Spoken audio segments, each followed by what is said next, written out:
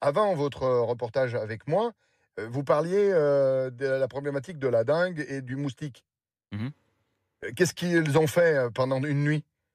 Ils ont pulvérisé un insecticide et là, vous entendez que les Français disent: «Bon, ben, moi, je vais laver, ma table de jardin et tout va bien se passer parce qu'on est protégé d'une maladie».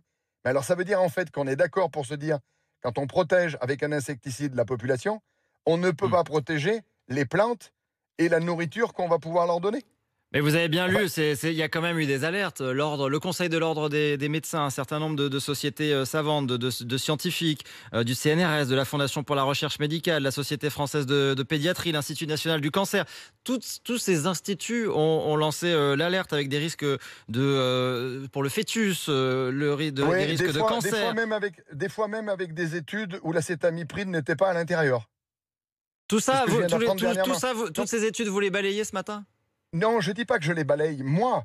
Je dis que l'EFSA est le seul organisme L'agence en Europe, européenne. sinon il faut sortir de l'Europe, qui autorise les molécules. L'EFSA autorise l'acétamipride. Et l'agence européenne. Hmm. Je dis aussi que l'agence européenne, par le biais de la France, a eu toutes ces études dont vous citez. Et l'EFSA a conclu que ces études n'étaient pas suffisamment étayées, voire pour certaines avaient beaucoup de biais, c'est-à-dire étaient biaisées, et donc dit très clairement, non, les études que vous me donnez ne peuvent pas nous permettre de conclure sur l'interdiction totale en Europe de l'acétamipride.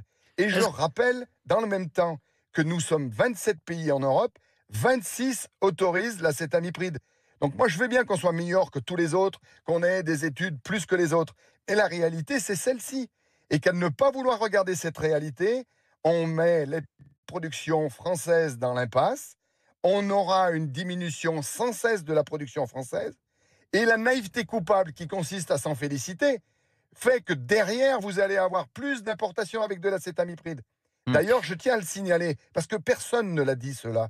La Commission européenne vient de valider l'augmentation de la possibilité de trouver des résidus d'acétamipride dans le miel, en augmentant la norme de résidus Hmm. possible de 20 fois ce qui était autorisé auparavant. Laurent Ils vont Duplomb, pouvoir est-ce- retrouver 1 milligramme d'acétamiprid pur dans un hmm. kilo de miel. Laurent En Duplomb, est-ce France, que, comme en Marine Le France, Pen, et laissez-moi Laurent finir s'il Duplomb, vous plaît. En France, la production de miel a chuté de hmm, 28% l'année dernière, alors qu'on n'a pas d'acétamipride. Et on va demander aux Français d'acheter du miel importé qui pourra contenir jusqu'à 1 milligramme d'acétamipride par kilo. C'est ça la réalité. hmm. À ne pas vouloir regarder cette réalité, on se condamne à vivre cela encore plus.